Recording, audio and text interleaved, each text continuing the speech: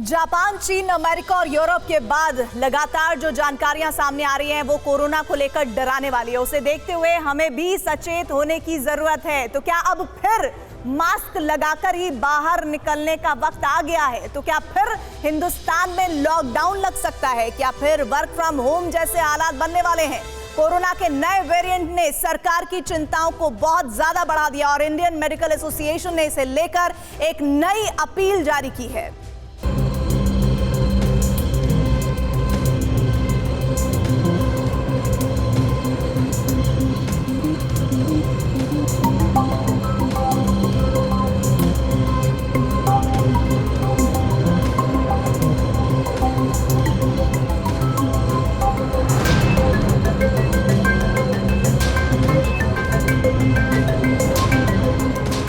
चार करोड़ 46,77,740 ये लगातार बढ़ता हुआ आंकड़ा है।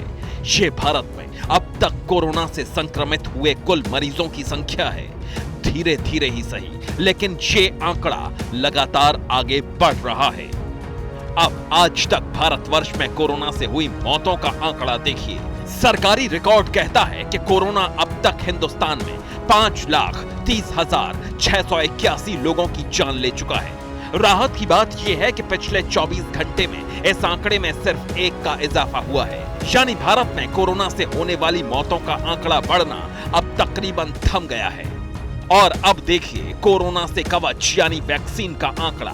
अब तक भारत में 220 करोड़ 1,25,000 से ज्यादा वैक्सीन की डोज दी जा चुकी हैं। ये आंकड़ा तेजी से बढ़ रहा है। भारत की कुल आबादी में से करीब 70% लोगों को कोरोना वैक्सीन की कंप्लीट डोज दी जा चुकी है।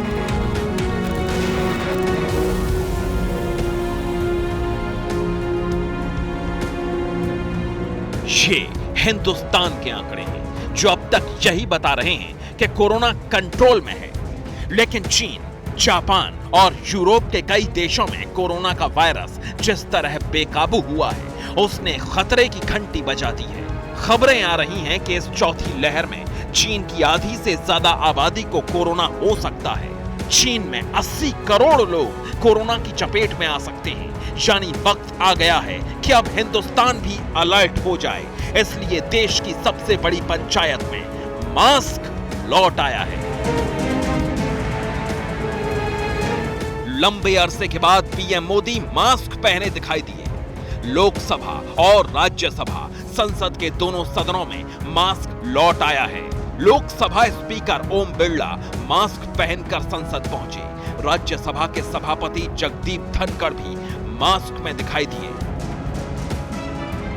माननीय सदस्य, मैं आपका ध्यान विश्व के कतिपय देशों में कोविड-19 महामारी के पुनः सक्रिय होने की ओर आकर्षित करना चाहता हूं।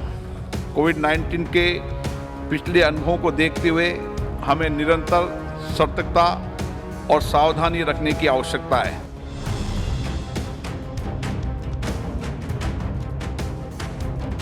The situation of COVID is getting alarming. We need to be vigilant and take all precautionary steps. Wearing masks, use of sanitizers and social distancing. I urge all of you wear masks inside the house as well. राज्यों को सतर्क रहकर लोगों का mask पहनना, hand sanitiser करना, respiratory hygiene का ख्याल रखना और सामाजिक दूरी बनाए रखने की जागरूकता लानी चाहिए। लोकसभा में कोरोना के खतरे को लेकर देश के स्वास्थ्य मंत्री मनसुख मांडविया ने साफ साफ कहा, महामारी खत्म नहीं हुई है, बदलते वेरिएंट चुनौती दे रहे हैं। इसलिए टेस्ट, ट्रैक, ट्रीट के साथ वैक्सीनेशन पर फोकस किया जा रहा है और सभी राज्यों को नए कोरोना केसेस की जीनोम सीक्वेंसिंग कराने के ऑर्डर दे दिए गए हैं। केंद्र सरकार और राज्य सरकार ने साथ मिलकर 220 करोड़ कोविड वैक्सीन के टीके लगाकर कीर्तिमान स्थापित किया है, जिसमें पात्रता वाले 90% आबादी को दोनों टीके लग चुके हैं और 22.35 करोड़ आबादी को प्रिकॉशन डोज भी दिया जा चुका है। कोविड-19 के नियमन में चल रहे लगातार प्रयत्नों के अंतर्गत और विश्व में बढ़ रहे कोविड के केसों को देखते हुए केंद्रीय स्वास्थ्य मंत्रालय वैश्विक स्थिति पर नजर रख रहा है। संसद में दिखी सतर्कता के बाद पीएम मोदी ने कोरोना को लेकर हाई लेवल रिव्यू मीटिंग की। मीटिंग में गृह और स्वास्थ्य मंत्रालय के मंत्री, अधिकारी समेत नीति आयोग के सीईओ को भी बुलाया गया। इस मीटिंग में मंथन हुआ कि कैसे कोरोना के खतरे को काबू में किया जाए। इसी मीटिंग में नई कोविड गाइडलाइन का खाका भी तैयार हो गया और फिर इंडियन मेडिकल एसोसिएशन यानी आईएमए ने नागरिकों के लिए नई कोविड गाइडलाइन जारी कर दी। आईएमए की नई गाइडलाइन में कहा गया है कि जितना मुमकिन हो इस वक्त विदेश यात्रा को टाला जाए। आईएमए ने शादी समारोह या रैलियों जैसे भीड़ जुटाने वाले कार्यक्रम तुरंत रोक देने की अपील की है। सार्वजनिक जगहों पर मास्क पहनने की अपील की गई है। सोशल डिस्टेंसिंग का पालन करने को कहा गया है और अगर अब तक भी कोविड वैक्सीन लगवाने से चूक गए हैं तो जल्द से जल्द अपनी वैक्सीन पूरी करने की ताकीद की गई है। थैंकफुली ये एक ओमिक्रॉन का ही सब वेरिएंट है। सो ओमिक्रॉन एक milder version of the virus है। तो एज लॉन्ग एज देखिए milder version of the variant होता है तो इतनी घबराने की बात नहीं होती है।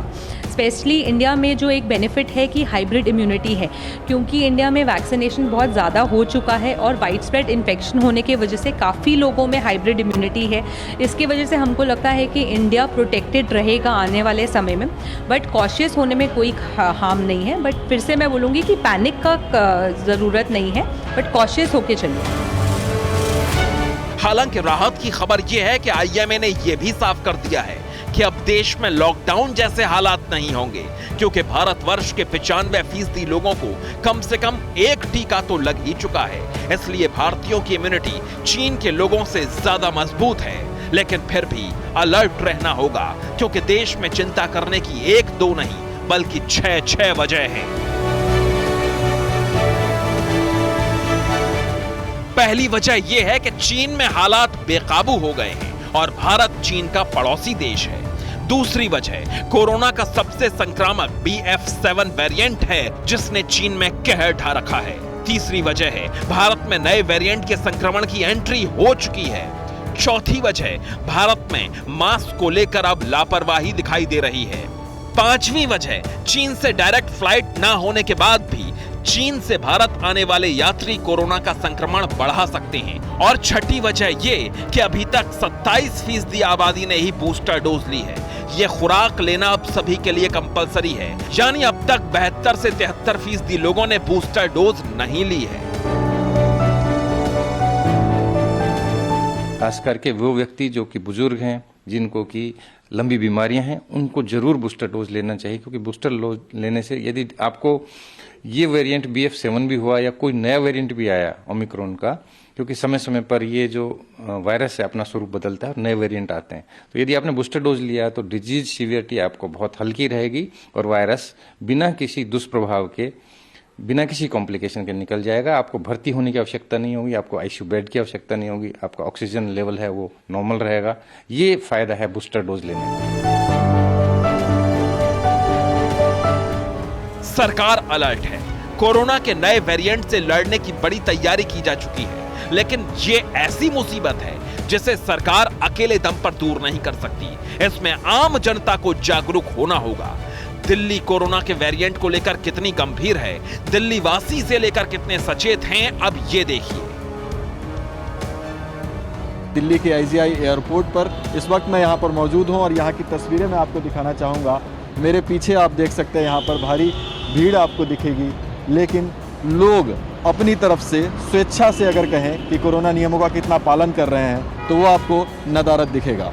एयरपोर्ट को हालांकि इस बाबत कोई आदेश जारी अभी तक नहीं किया गया है, न ही सरकार ने इसको अनिवार्य किया है कि कोरोना नियमों का पालन सख्ती से कराया जाए, इसलिए उनकी जिम्मेदारी भी नहीं बनती है। लेकिन हम यदि अगर बात करें कि लोग अपनी तरफ से कितनी सावधानी बरत रहे हैं तो वो आपको ज़रूर यहाँ पर देखने को नहीं मिलेगी। चीन के बेकाबू हालात की वजह से पूरी दुनिया खौफ में आ गई है। चीन का पड़ोसी होने की वजह से भारत में टेंशन बढ़ना लाजमी है। हालांकि एक्सपर्ट्स मानते हैं कि भारत में वैक्सीनेशन को लेकर जिस तरह का शानदार काम हुआ है उसका नतीजा ये होगा कि इस बार लॉकडाउन जैसे हालात नहीं बनेंगे। भारत को घबराने की जरूरत नहीं है, पर सचेत तो रहना ही होगा।